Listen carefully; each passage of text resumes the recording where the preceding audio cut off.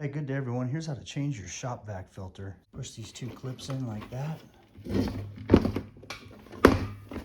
Snap them by pushing it in. There's that old nasty shop vac there. I'm gonna grab some gloves. Just take it and unscrew it right here.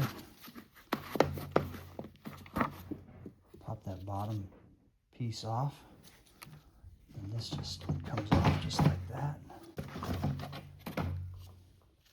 That old nasty filter. Look at that thing.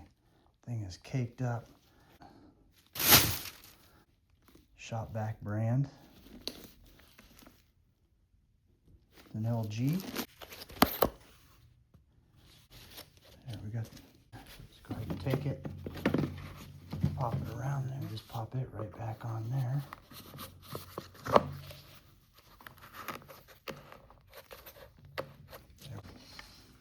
Brand new filter. Pop it back on there and snap it in.